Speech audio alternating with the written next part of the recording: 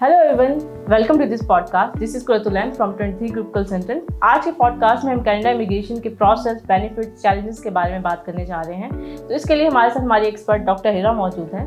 तो आइए हम इनसे बात करते हैं. कनाडा के इमिग्रेशन सिस्टम में कौन कौन से ऑप्शन अवेलेबल हैं? वैसे तो बहुत सारे ऑप्शंस हैं. एक्सप्रेस एंट्री है, PNP है, स्टार्टअप प्रोग्राम्स हैं, केयर गिवर प्रोग्राम है, इसके अलावा फैमिली स्पॉन्सरशिप है. बट जो कंसिस्टेंसी देखी जा रही है टिल 2015 वो देखी जा रही है एक्सप्रेस एंट्री में. ये तो इस पे ना तो पॉज लगा है ना ही ये बंद हुआ है.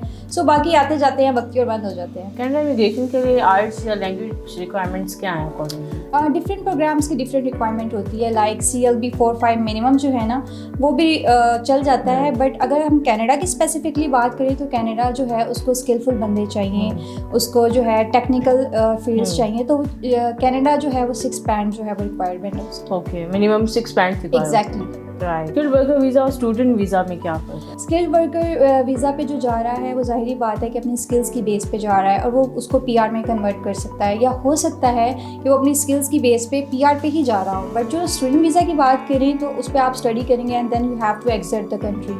मतलब लिमिटेशंस होती हैं स्टूडेंट वीज़ा पे और स्किल्ड वर्कर वीज़ा को आपको स्टडी करना है, उसके बाद कनाडा कहेगा कि आप अपने मुल्क जाएं. Okay, great. कनाडा के विजिटर वीज़ा के बाद वहाँ पे PR लेने का क्या प्लान है, कैसे मिलता है? इतना ईजी नहीं है बट हो सकता है. लाइक इसके कुछ ऑप्शंस हैं. सपोज़ आप वहाँ पे अगर किसी सिटीज़न से शादी कर लेते हैं तो आप वहाँ पे जो है वो एडजस्ट हो सकते हैं. सेकंड ऑप्शन ये हो सकता है कि आपको LMI अप्रूव्ड अगर कोई जॉब ऑफर हो जाती है तो आप वहाँ लंबे अरसे तक रह सकते हैं. थर्ड ऑप्शन इसमें ये आ जाता है कि आप जो है वहाँ पे अपना कोई बिजनेस सेटअप करते हैं, क्योंकि कनाडा की जो गवर्नमेंट है उसको रेवेन्यू से कर्ज है. तो अगर आप उसको अच्छा रेवेन्यू दे रहे हैं, उसको ग्रोथ नज़र आ रही है इस बिज़नेस में, तो आप वहाँ पे रह सकते हैं और आप उसको कन्वर्ट भी कर सकते हैं. फैमिली स्पॉन्सरशिप के ज़रिए कनाडा आने का क्या प्रोसेस है? बहुत ईजी है. इसमें हम पहले ये देखते हैं कि जो आपको स्पॉन्सर कर रहा है उसका आपके साथ रिलेशन क्या है. ऑब्वियसली जो आपको स्पॉन्सर कर रहा है वो कोई ब्लड रिलेटिव होगा, तो उनका जो है वो बैंक स्टेटमेंट रिक्वायर्ड होती है, प्रूफ ऑफ फंड्स जो होते हैं. इसके अलावा उनका रेंटल एग्रीमेंट होता है, अगर उनका अपना घर है तो उसके पेपर्स रिक्वायर्ड होंगे. इसके अलावा स्पॉन्सरशिप लेटर रिक्वायर्ड होगा और बहुत बेसिक से डॉक्यूमेंट्स होते हैं like FRC, MRC, police character certificate. That's it. Okay, मतलब this is a easy process. Very easy. Canada में जो न्यू इमिग्रेंट्स हैं उनको क्या क्या फैसिलिटीज़ मिलती हैं, क्या क्या चैलेंजेस? ओके, अगर फैसिलिटीज़ की बात की जाए तो कनाडा में बहुत सारी फैसिलिटीज़ आपको कनाडा देता है. लाइक जब आप लैंड करते हैं तो आपको कनाडा 6 मंथ्स के लिए जो है वो शेल्टर होम प्रोवाइड करता है. इसके अलावा आप जो है अपने बच्चों के फंड्स क्लेम कर सकते हैं.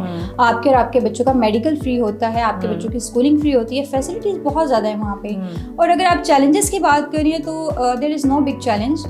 थोड़ा क्लाइमेट का इशू होता है. वो अगर मैं आपको यहाँ से किसी नॉर्दर्न एरिया भी भेज दूँ तो क्लाइमेट तो वहाँ पे भी आपको पता है कि आप हो सकता है एडजस्ट ना हो सकें. So it's about mindset. अगर आप माइंडसेट बना के जा रहे हैं कि you have to live there तो आप रह सकते हैं, तो कोई इशू. माइंडसेट वहाँ पे डिपेंड कर रहा है कि हम कितना स्ट्रगल कर रहे हैं, कितना एडजस्ट होना की कोशिश कर रहे हैं. एग्जैक्टली. अगर आपने माइंडसेट कर लिया कि आपने कनाडा मूव होना है तो आपको थोड़ा फिर जो है कॉम्प्रोमाइज़ करना पड़ेगा. वैसे भी अगर हम देखा जाए जितनी फैसिलिटीज़ कनाडा दे रहा है तो चैलेंजेस पे फोकस नहीं करना चाहिए. एग्जैक्टली. तो कनाडा में वो PR और सिटीजनशिप इनके दरमियान क्या फ़र्क? PR पे अगर आप गए हैं तो उसकी थोड़ी सी रिक्वायरमेंट ये है कि आपके पास लिमिटेड जो है वो अथॉरिटी है. Like I am a citizen of Pakistan, तो मैं यहाँ पे वोट दे सकती हूँ. PR पे जो बंदा गया है वो वोट नहीं दे सकता. अदरवाइज वो काम कर सकता है, वो अच्छी लाइफ स्पेंड कर सकता है. सिंपल. ओके, PR के बेनिफिट्स ज़्यादा हैं. यस. नेक्स्ट क्वेश्चन है, express entry system eligibility points calculate करने का क्या प्रोसेस है? Very easy process. Four main basic factors जो होते हैं उनको हम देखते हैं, like age, education, work experience and IELTS जो आपकी लैंग्वेज होती है. सो इन पॉइंट्स को हम देखते हैं और एलिजिबल करते हैं. बाकी ये कि कुछ एक्स्ट्रा पॉइंट्स भी होते हैं. अगर आपका कोई ब्लड रिलेटिव वहाँ पे है तो आप उसके एक्स्ट्रा पॉइंट्स क्लेम कर सकते हैं. अगर आपके स्पाउस हैं, उन्होंने IELTS किया हुआ है तो उसके पॉइंट्स जो हैं वो आप क्लेम कर सकते हैं. इसके अलावा अगर आप या आपके स्पाउस ने जो है स्टडीज़ बाहर से की हुई हैं उसके पॉइंट्स हो सकते हैं क्लेम. इसके अलावा अगर आपने जॉब की हुई है उसके भी पॉइंट क्लेम हो जाते हैं. बट अगर हम उनको छोड़ दें और बेसिक पे ही रहें तो पाकिस्तान में 4 जो फैक्टर्स हैं उन पे भी आपकी प्रोफाइल एलिजिबल हो जाती है. Okay, but strong profile extra points के साथ आपकी बन सकती है. हाँ, यस. प्रोविजनल नॉमिनी प्रोग्राम जो है वो कैसे काम करता है और कौन सी प्रोविंसेस ज़्यादा बेनिफिट्स देती हैं? कुछ ऐसे प्रोविंसेस हैं जो कि जॉब ऑफ़र रिक्वायर करते हैं और कुछ ऐसे हैं जो जॉब ऑफ़र रिक्वायर नहीं करते. अगर हम बात करें कि डिमांड किसकी ज़्यादा है तो अल्बर्टा और ओंटारियो, ये 2 ऐसे प्रोविंसेस हैं जो आपको जल्दी ITA इशू कर देते हैं आपकी स्किल्स की बेस पे, इधर इतनी रिक्वायरमेंट नहीं होती। बाकी सस्कैचुअन भी जो है वो भी आपको सस्कैचुअन एंड मॉडर्न मैनीटोबा ये दो भी आपको रिक्वायर करते हैं, बहुत ईजी होता है इसमें भी आपके लिए IT आना।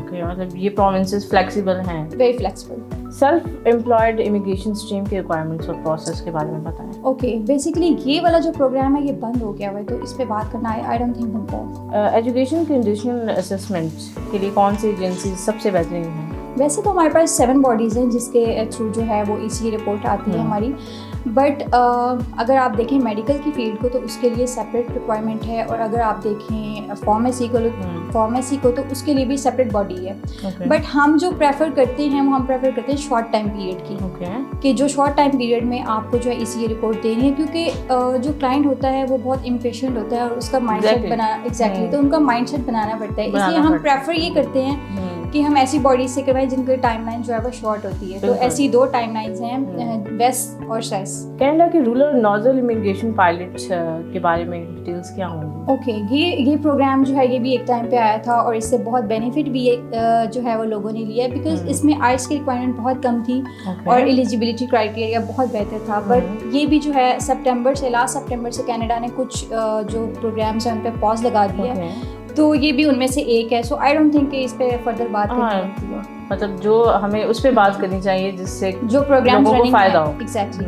कनाडा में स्किल ट्रेड वर्कर्स के लिए कोई अलग पाथवे है? यस, जिस तरह हम FSWP पे काम कर रहे हैं, फेडरल स्किल वर्कर प्रोग्राम, इसी तरह जो है FSTP भी है, फेडरल स्किल ट्रेड प्रोग्राम, जो कि कारोबारी बंदों के लिए है। तो इसमें बेसिक सी रिक्वायरमेंट है 4 फैक्टर्स जो मैंने आपको पहले भी बताए हैं, age, education, work experience and IELTS, that's it, nothing else? No. Okay, great, that would be okay. और कनाडा में मेडिकल टेस्ट और पुलिस क्लियरेंस सर्टिफिकेट के प्रोसेस क्या हैं? उसके प्रोसेस ये है कि कनाडा को बेसिकली चाहिए स्किल्ड बंदे, ठीक है, टेक्निकल बंदे। कनाडा को कोई ऐसा बंदा नहीं चाहिए जिसको कोई स्प्रेडेबल डिजीज हो, ठीक है। कनाडा को कोई ऐसा बंदा नहीं चाहिए जिसका कोई क्रिमिनल रिकॉर्ड हो। कनाडा को साफ सुथरे पढ़े लिखे बंदे चाहिए, ठीक है। बस इसका सिंपल सा प्रोसेस है कि जिसका कोई क्रिमिनल रिकॉर्ड होगा या जिसको कोई स्प्रेडेबल डिजीज है वो कनाडा नहीं जा सकता, ठीक है। मतलब उसको एम्बेसी तक ही नहीं जाने दिया जाएगा। कनाडा के वर्क परमिट और PR के दरमियान क्या फर्क है? जो बंदा कनाडा में PR पे जा रहा है, परमानेंट रेजिडेंसी पे, उसके पास तो ऑलरेडी परमानेंट रेजिडेंसी है, बट जो वहाँ पे वर्क परमिट पे जा रहा है वो आफ्टर अ ईयर उसको कन्वर्ट करवा सकता है PR पे। ठीक है, तो आपको मतलब PR और वर्क परमिट में ज़्यादा बेनिफिट किस में नज़र आता है? PR में, बिकॉज आपके पास एक परमानेंट रेजिडेंसी है वहाँ की, और वर्क परमिट पे ये है कि अगर आप वर्क करेंगे तो आपको वापस भी आना पड़ेगा अगर आप आना चाहें। और परमानेंट रेजिडेंसी का ये बेनिफिट है कि अगर आप रहना चाह रहे हैं, नहीं रहना चाह रहे, वापस आ जाएं। आपके पास तो रेजिडेंसी है ना वहाँ की परमानेंट, तो it's up to you. It will be more beneficial कि PR पे जाए। अगर किसी एप्लीकेंट की एप्लीकेशन रिजेक्ट हो जाए तो क्या अपील हो सकती है और प्रोसेस क्या होगा उसका? या वेरी सिंपल, हम पहले देखते हैं कि the reason of rejection, what was the reason, उसके अगेंस्ट जो है हम चीज़ों को जस्टिफाई करते हैं and then we appeal. Okay, appeal करना इजी होगा या उसमें उनको चैलेंजेस फेस करने पड़ेंगे? नो, हम सिर्फ उनकी रिजेक्शन के जो है वो रीजंस देखते हैं कि क्या रीजंस रहे हैं, ठीक है। उसके अगेंस्ट हम उनका जो प्रोफाइल है वो जस्टिफाई करते हैं और अपील करते हैं। It depends upon the points. Yes, okay. Canada की specific industries like IT, health care etcetera में डिमांड का ट्रेंड कैसा है? बहुत बेहतरीन है और ये बड़ा अच्छा सवाल है। इसमें कनाडा जो है वो आपको मैंने पहले भी मेंशन किया कि टेक्निकल लोगों को जो है वो बुलाता है जिनकी अच्छी प्रोफाइल होती है। इसमें IT से रिलेटेड लोग हैं, इसमें हेल्थ केयर से रिलेटेड लोग हैं, इंजीनियर्स हैं, डॉक्टर्स हैं और HR डिपार्टमेंट से रिलेटेड लोग हैं। यही सारे कनाडा की डिमांड है कि हमारे जितना यंग बंदा होगा, जितनी अच्छी प्रोफाइल होगी उतना ही बेहतर है। एट द एंड उनकी कंट्री को बेनिफिट मिलना। Exactly. Thank you so much doctor Hina for giving your precious time to us and our audience. Thank you so much. You're welcome. Thank you for having me here.